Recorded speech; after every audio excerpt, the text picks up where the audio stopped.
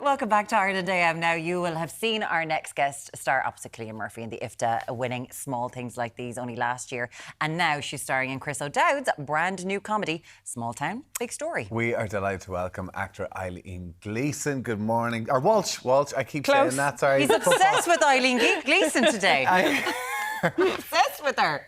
She's gone from the I'll Irish apologise team. now, but first let's take a look at Eileen in action. No offence, but why are they even making a TV show about history anyway? I've been there, done that. I don't think it's about history, from what I've been told. It's about myths and folklore, which is... Oh, same. Not same, Brandon. History is the story of what happened to us, as best we know it. Whereas myths is the story we tell ourselves, and the history is too boring, or indeed, too brutal to repeat. You can learn from history, but you can't learn from fairy tales. I don't care if they cast me as Queen Maeve. I'm not taking my top off for it. I let them know.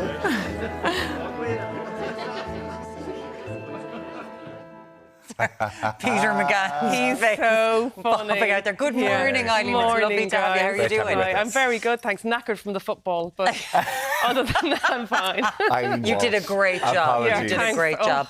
Representing the girls in green. Yeah. That's what it's all about, absolutely. Now, come here, you can't move for seeing a poster about the new show or something Every about bus. it. Every bus. We've got Chris O'Dowd has some power in bus airing. So come on, tell me about your character in the show. Listen, she is the wife of the local doctor, and Drumbawn is a town that's full of secrets. Something happened around the millennium, and now it's all about to come out.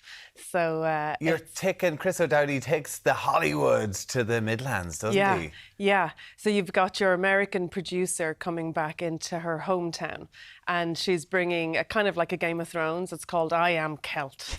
And she's bringing it back to her home, and it's where all these secrets start pouring out.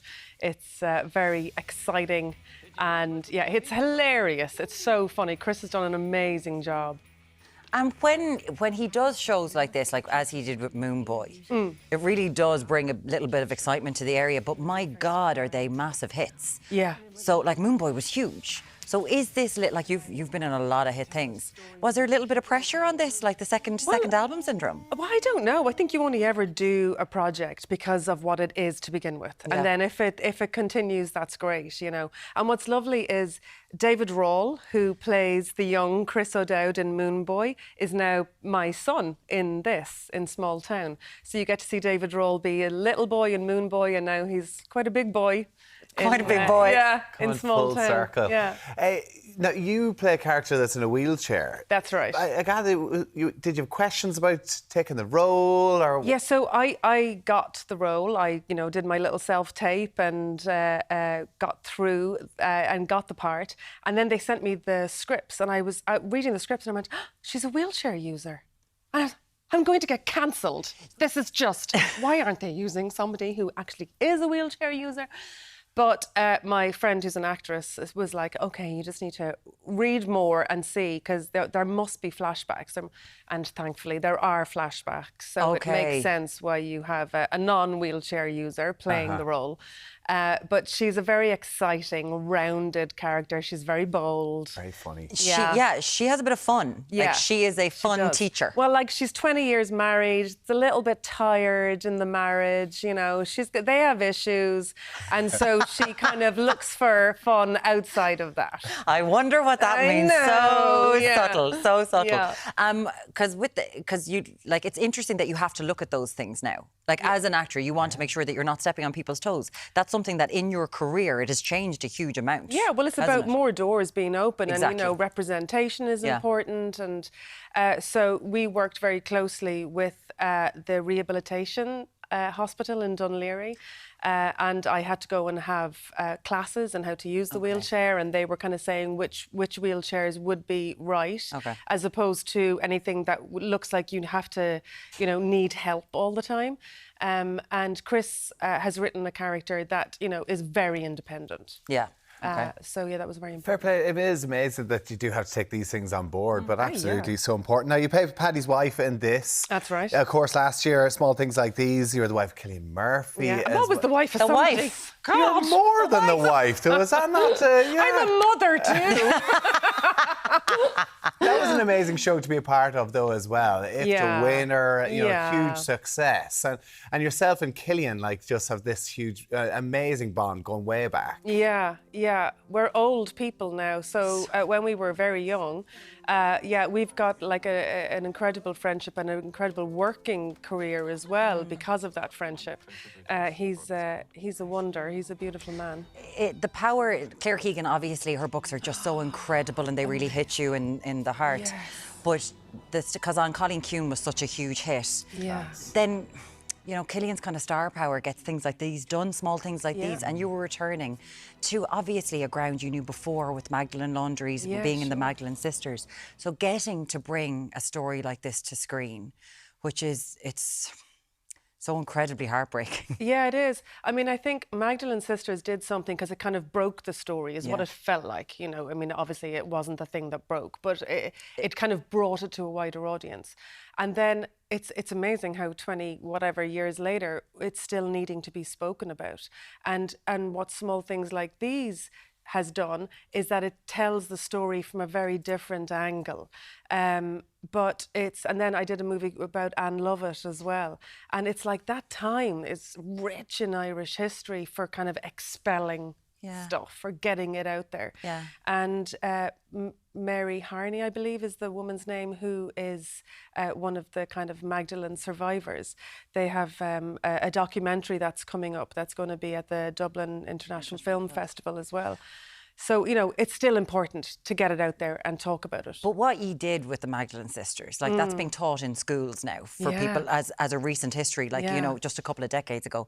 You were the iconic Crispina. Like, let's talk, like, I'm not joking, you're not a man of God, is something myself and my friends shouted at each other all the time. I tell you what, I was getting into the lift the other day, getting ready for the IFTAs, right? Looking fabulous, feeling amazing, got in the lift, and this woman, who I didn't know, said to me, "You're not a man of God." And I was like, oh, it just follows me everywhere. No matter how fabulous you think you're looking, you still look like that girl in the laundry just shouting across a field, "You're not a man of God." Is it a role that you're most proud of, though? Hugely, Because to still, as you say, over 20 years on. You know what's interesting? So I worked with Peter Mullen on this film, and he mentioned Magdalene. And I chased that part for about 2 years. So to get it was amazing. And I had to improvise in the audition, and he had me down for that role from that very first audition. So yeah, I'm super proud of it. And then again, something like Small Things Like These is, you know, was a hard-won part, really. And again, really worth it. You know when you know you're meant for something? Tell us, how is it hard won? Well, it's just that you have to jump through a lot of hoops, you know, when it comes to movies in particular, because producers need to know that you can carry it. And 2 years, though, for this Magdalene Sisters. 2 years for Magdalene Sisters, yeah. From hearing about it, with Peter talking about it on a little fag break. Don't smoke, kids, don't smoke. But then fighting for roles like that, it must have been lovely when Sharon Horgan met you and said, "You know what, I'm writing a part for you." She wrote Kate for you in Catastrophe. Well, I think, so yeah, I had to go and do a chemistry meet for that, which normally you only do chemistry meets when it's a romantic part. Yeah. You know? Right. Whereas, I had to sit and have a coffee with herself and Rob, and it was just incredible because it was like, you know, we just were like striking matches off each other. You were a whirlwind. It was every time you would arrive into an episode of Catastrophe, we'd know it would be like, "Get the wine out, we're going to join Kate." That's it. It's just when you think she can't be bold, she suddenly is more bold than you could ever be. She's incredible. Yeah. Tell us, you're moving back to Ireland. Is that right? You moved back from London? Yeah, we left. I'm married to a Scottish man, so we had about 20 minutes in London, and he was like, "That's enough, we got to get out of here." So we did 20 years, actually, and then we've just moved home. Wow. Yeah, it's Welcome really home. lovely. Thanks, guys. Oh, that's good. I'm like, maybe Duolingo, Irish. Get it done. Let's do this. Wild swimming, obviously, is what everyone's doing. And the kids are happy that they moved back as well? Yeah, they're in great form. They're loving it. Ethel's in school in Bray, and Tippy's working in the Abbey.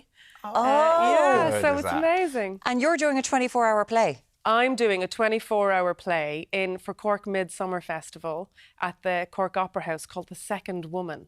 And it's me doing the same scene over and over again for 24 hours straight through with 100 different actors. I've never met them. What's the scene? I know. The scene is an ex-lover returning. So it can depend on whatever energy the person brings into the room. Seriously? Yeah. So sometimes it'll be funny, sometimes it'll be sexy, sometimes it'll be sad. Who knows, whatever energy they bring in. And you just have to keep the same energy.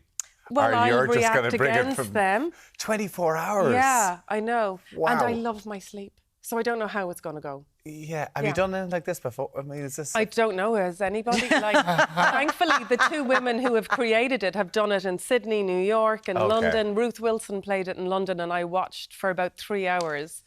It's an incredible thing. And then throughout the night, there'll be amazing actors kind of interspersed in with other amazing... I wonder, she's got the phone book out now. Peter McGann coming in like this, being, how are you doing? How's Eileen Gleeson? Is she free? That's what I'll be saying. Get her down. I'm going to let that go. I mean, doing it earlier in the show once or twice. I'm sorry. It sounds amazing. That's at the Cork Midsummer Festival, 24-hour play. Yes. You have moved back to Ireland, so expect to hear I'm Not a Man of God everywhere you go. You'll love it. Lift. And the new series, Small Town, Big Story, it starts tonight on Sky One. Yes, 9 o'clock. Very exciting. Yeah. It's going to be amazing. Congratulations. Thanks so best much, of bloody guys. luck with that 24-hour play. Yeah, come. Need it. He could be one of them. Be great. Please. Eileen Walsh, thank you so much for joining us. Really Thanks, appreciate guys. it. Cheers.